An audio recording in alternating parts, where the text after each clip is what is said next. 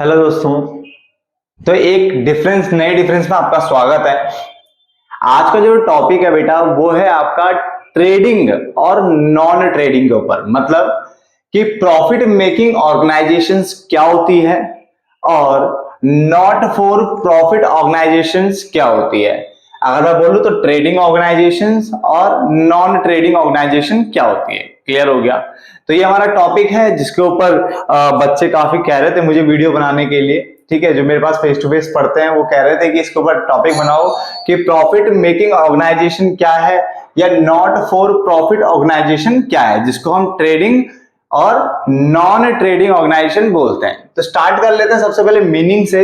इसमें है any business entity, यानी कोई भी business entity whose primary aim, यानी जिसका जो मेन जो एम है, जो उद्देश्य है, वो प्राइमरी एम क्या है? टू जनरेट प्रॉफिट, प्रॉफिट को जनरेट करना from the regular business operations. Regular operations लिख लो या बिजनेस ऑपरेशंस लिख लो। क्लियर?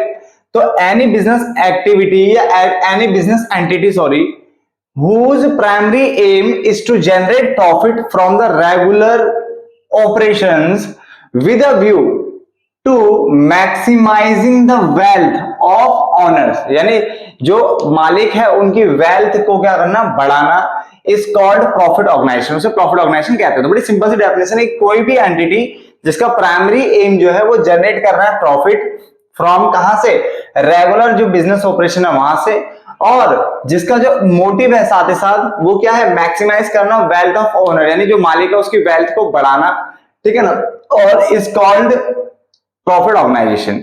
जबकि नॉट फॉर प्रॉफिट ऑर्गेनाइजेशन में क्या लिखा हुआ है कि नॉट फॉर प्रॉफिट ऑर्गेनाइजेशन यानी जो एनपीओ होते हैं are those organisation which are set up, जिसको सेटअप किया गया है या किया जाता है विद द प्राइम ऑब्जेक्टिव, यानी जिसका जो प्राइमरी ऑब्जेक्टिव है वो क्या है? सोशल वेलफेयर है, यानी सोशल सामाजिक कल्याण बोलो तो। ठीक है ना? Social welfare of the society.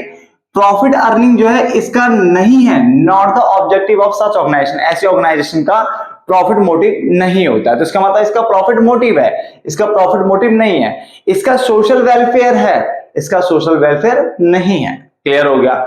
अभी एक कमेंट आया था रिसेंटली कुछ टाइम पहले कि आप पहले लिखते हो, बार बार मैं इसका क्या आंसर दे चुका हूं, फिर भी एक क्वेश्चन आ जाता है कि आप पहले लिख देते हो देन उसको सिर्फ पढ़ाते हो और निकल जाते हो। बेटा ऐसा नहीं है। देखो मैं लिखता इसलिए हूं पहले ताकि आपका टाइम बचे। अगर मैंने आपको बोला है अगर वीडियो बनाते बनाते अगर लिखना है तो मैं लिखने को तैयार हूं, मगर जो 5, 7 या 10 मिनट की वीडियो बन रही है वो आधा आधा पौना पौना घंटा खिंच जाएगी कि मैं आपको लिख करके समझाता चलूं, बार बार रिपीट करूं। ठीक है? कि आपको पता मैं बार बार रिपीट करता हूं आपके लिए।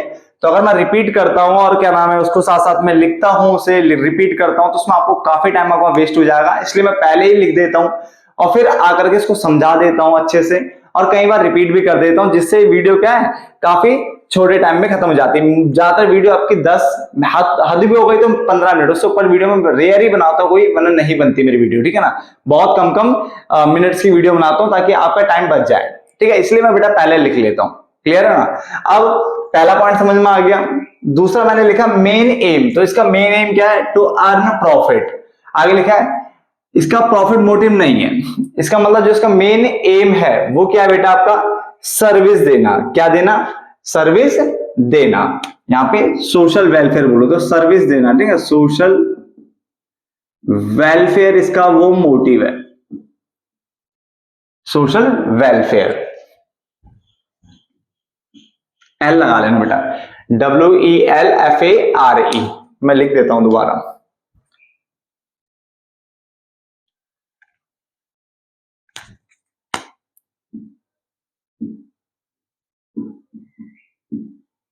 ठीक है? सोशल वेलफेयर हो गया। क्लियर?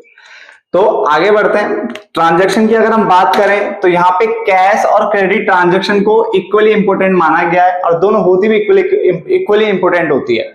जबकि मोस्ट ऑफ द ट्रांजैक्शन यहाँ पे जो ज्यादा देखी गई है वो किसमें होती है? कैश में होती है।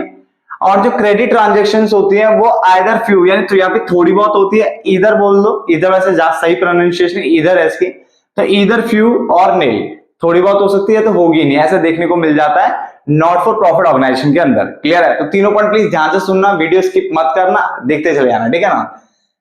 फॉरवर्ड मत करना बेटा वीडियो को, मैं दोबारा बोल रहा हूं। ठीक है ना? तो any business entity whose primary aim is to generate profit from the regular business operations with a view to maximising the wealth of owners. तो ये हो गया आपका profit organisation. Not for profit organisations are those organisations which are set up with the prime objective of social welfare. इसका main objective होता है of the society. Profit earning, ठीक है, is not the objective of such organisation. तो इसका मतलब main M तो उसका प्रॉफिट अर्न हो गया, इसका प्रॉफिट अर्न करना मेन एम नहीं है, ठीक है ना। इसका जो मेन एम है वो क्या है, सोशल वेलफेयर है। क्या है, सोशल वेलफेयर। तो इसको मैं यहाँ पे, चलो ठीक है चल जाएगा। आगे ट्रांजैक्शन की बात करें तो कैश एंड क्रेडिट ट्रांजैक्शंस को यहाँ पे इक्वली इंपॉर्टेंट बताया गया। मोस्ट ऑफ द ट्रांजैक्शन यहाँ पे कैश में होती है। क्रेडिट ट्रांजैक्शन आपके इधर फ्यू में देखने को मिलेगी, कुछ मिलेगी या तो नील। क्लियर। उसके बाद नेट प्रॉफिट और सरप्लस की अगर हम बात करें तो एक्सेस ऑफ रेवेन्यू, यानी जब आपका रेवेन्यू ज्यादा होता है और उसमें से आप एक्सपेंस घटाते हो, रेवेन्यू में से एक्सपेंस घटाते हो, तो यहाँ पे जो निकल के आता है बेटा उसको क्या बोलते हैं, नेट प्रॉफिट। तो एक्सेस मतलब ज्यादा, तो जब ज्यादा होगा रेवेन्यू यानी इनकम ज्यादा है, तो एक्सेस ऑफ रेवेन्यू मतलब रेवेन्यू आपका ज्यादा हो गया, किससे, एक्सपेंस। तो जो निकल के आता है उसे प्रॉफिट बोलते हैं। यहाँ पे क्या बोलते हैं, नेट प्रॉफिट। जबकि यहाँ पे इनकम, एक्सेस ऑफ इनकम मतलब इनकम ज्यादा है, ठीक है, उसमें से एक्सपेंस घटाते हो आप, तो यहाँ पे जो निकलता है उसे बेटा हम क्या बोलते हैं, सरप्लस। क्या बोलते हैं, सरप्लस बोलते हैं, ठीक है ना। आप फॉर्मूला भी लिख सकते हो कि सरप्लस बराबर इनकम माइनस एक्सपेंडिचर, प्रॉपर पूरा पूरा लिख लेना, ठीक है, तो बढ़ जाएगा थोड़ा सा और। नेट लॉस और डेफिसिट यानी घाटा, डेफिसिट मतलब भी घाटा ही होता है बेटा। तो एक्सेस ऑफ यानी ज्यादा है, क्या ज्यादा है इस बार, एक्सपेंस ज्यादा है। आगे एक्सपेंस लिखा ना, तो उसका मतलब नेट लॉस निकालना है तो एक्सपेंस में से रेवेन्यू घटाना पड़ेगा, यानी आपका खर्चा ज्यादा रेवेन्यू कम है। यहाँ पे एक्सेस है, क्या एक्सेस है, एक्सपेंडिचर।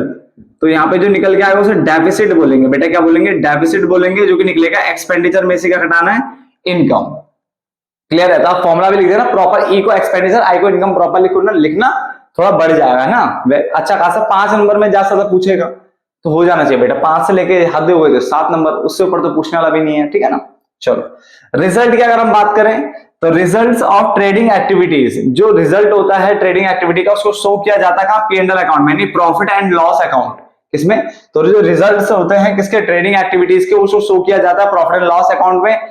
जबकि जो रिजल्ट होते हैं सोशल सर्विस के, सोशल सर्विस एक्टिविटी जो आप दे रहे हो, ठीक है, उसको दिखाया जाता है इनकम एंड एक्सपेंडिचर अकाउंट में। कहां दिखाया जाता है, इनकम एंड एक्सपेंडिचर अकाउंट में। क्लियर हो गया यहां तक। चलो उसके बाद आगे बढ़ते हैं। उसके बाद लिखा हुआ है मैनेज की अगर हम बात करें तो उसको मैनेज करता है, ऑनर्स को मैनेज करते हैं। इसको मैनेज किया जाता है मेंबर्स के थ्रू। किसके थ्रू मैनेज किया जाता है, मेंबर्स के थ्रू। लास्ट फाइनल अकाउंट की बात करें तो यहाँ पे फाइनल अकाउंट्स के अंदर इसमें ट्रेडिंग अकाउंट बनता है, ठीक है ना। तो फाइनल अकाउंट जो होता है ट्रेडिंग कंसर्न का, उसमें आता है आपका trading account, profit and loss account और बैलेंस शीट। ये आपका किसके अंदर आता है, final accounts of trading concern. उसमें क्या क्या आता है आपका आता है ट्रेडिंग अकाउंट आता है, प्रॉफिट लॉस अकाउंट आता है, बैलेंस शीट आता है। जबकि इसमें फाइनल अकाउंट जो एनपीओ के होते हैं, यानी नॉट फॉर प्रॉफिट ऑर्गेनाइजेशन के जो फाइनल अकाउंट होता है उसमें कंसिस्ट होता है रिसीप्ट एंड पेमेंट अकाउंट। तो रिसीव पेमेंट अकाउंट आता है, इनकम एंड एक्सपेंडिचर अकाउंट आता है, और साथ में क्या आती है, बैलेंस शीट। तो receive and payment account, income and expenditure account और बैलेंस शीट, ये 3 चीजें इसमें आती है। और पहले वाले में क्या आती है बेटा, पहले वाले में आपका trading account, profit loss account और बैलेंस शीट आता है। क्लियर है। तो जहां तक ये वीडियो समझ में आ गई होगी, ठीक है। मुझे लगता है कैमरे में थोड़ी दिक्कत हो रही है, फटाफट आप नोट डाउन कर लीजिए बेटा से। मिलते हैं नेक्स्ट वीडियो में तब।